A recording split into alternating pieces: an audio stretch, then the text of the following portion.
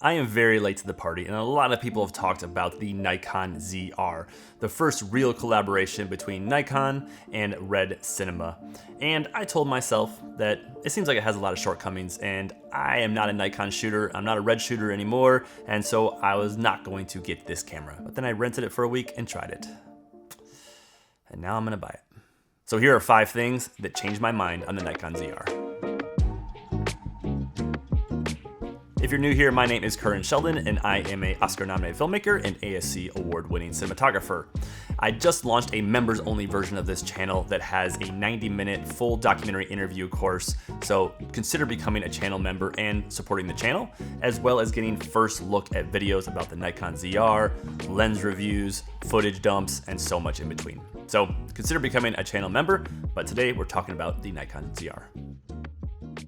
There are a ton of videos about the Nikon ZR around the internet, and they talk a lot about the specifications, the positives, the negatives, maybe the problem with the H.265 footage compared to the RAW footage, etc., etc. So you can go and find a lot of those really in-depth reviews. Now, for me personally, I have often shot with Canon cameras, including their cinema cameras like the C70 and the R6 III, which are both filming me right now, as well as the DJI Ronin 4D with Lumix cameras. And so those have been sort of my 2 main camera systems for the past 5 or 6 years or so. But before that, I did shoot quite a bit with Sony cameras, including the Sony FS5, the A7R II probably, as well as the Red Helium. And the jump from the FS5 and the A7 series to the Red was so astronomical that I was pretty blown away and immediately sold all my Sony gear. But after finishing a feature film on boxers in Appalachia called Country Brawlers, which you can watch with a link below, I decided to sell my Red and go back to my Canon roots and use the C300 Mark III and the Canon C70 for the next 4 or 5 years or so. But recently I have been intrigued by Nikon because they purchased Red,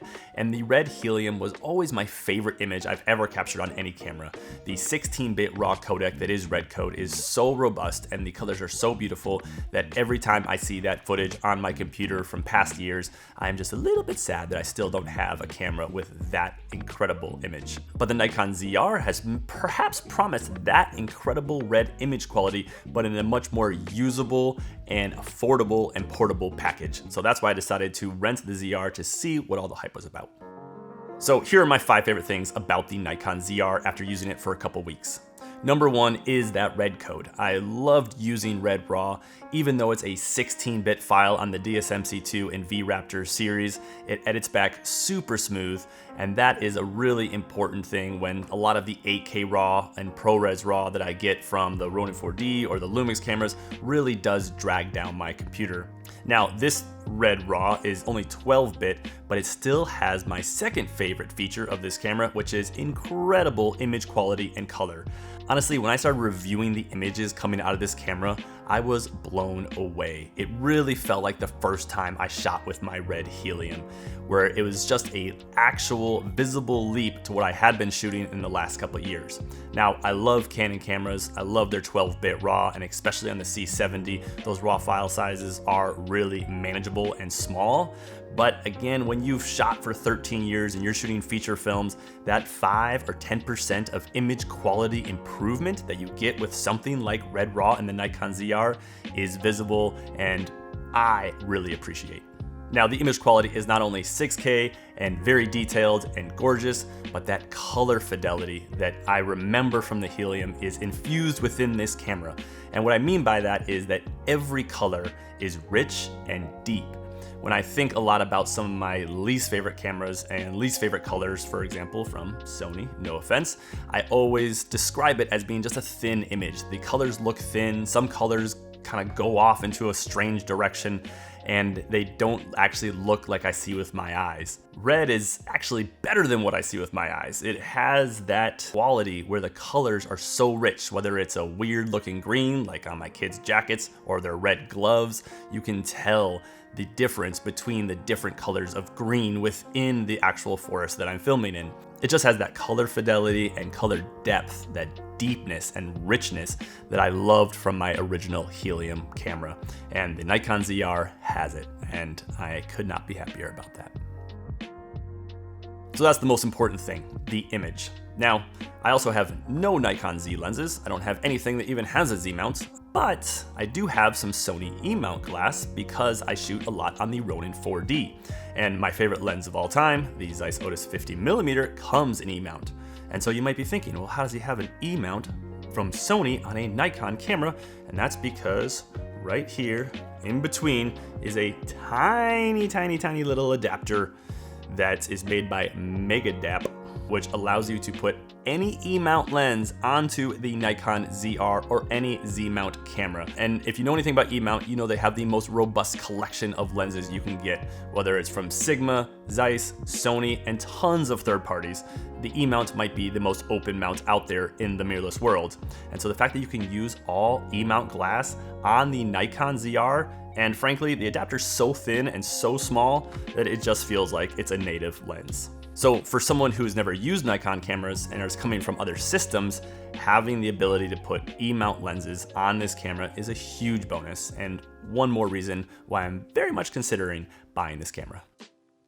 All right, the next reason is that I'm just really excited that someone tried to rethink kind of what a camera should look like and be. Like a lot of you, I'm getting a little bit frustrated with these sort of continuous reiterations of the exact same DSLR mirrorless photography focused cameras. You have cameras like the C50 that change it up a little bit and give you a much better button layout for people like me who shoot 99% video.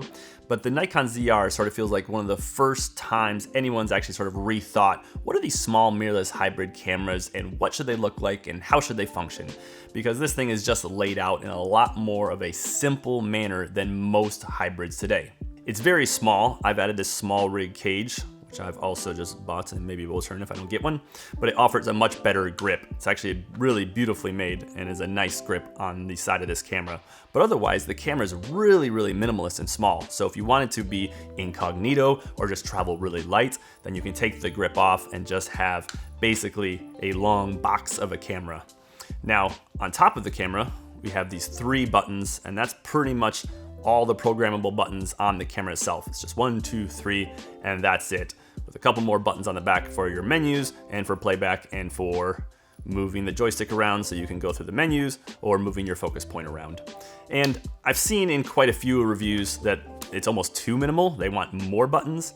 But I was someone who had an Alexa Mini for a little while and shot a feature doc on it, and I hated using the crappy viewfinder that came with it, and so I had 3 programmable buttons on the camera, which I programmed function just the way I want. So for this camera, I've programmed the 3 buttons to what I always use, which is changing my info display and the different things on the screen at one time, as well as my peaking and my waveform. So I can toggle all 3 of those on and off.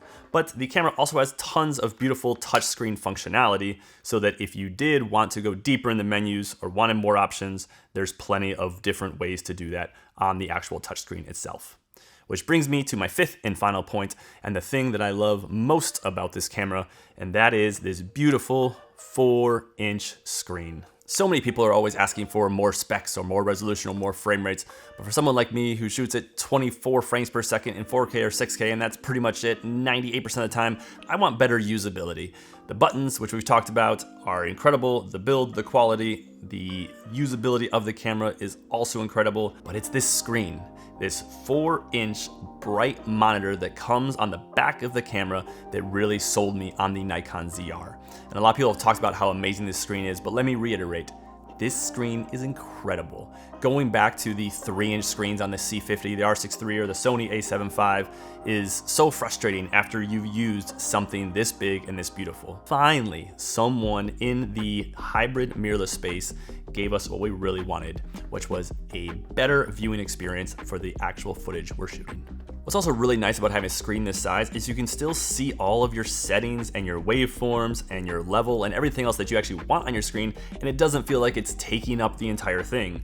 When you're on a smaller 3-inch monitor, when you have all the items that you want to actually see and help you actually shoot footage, you're seeing an even smaller portion of that 3-inch screen.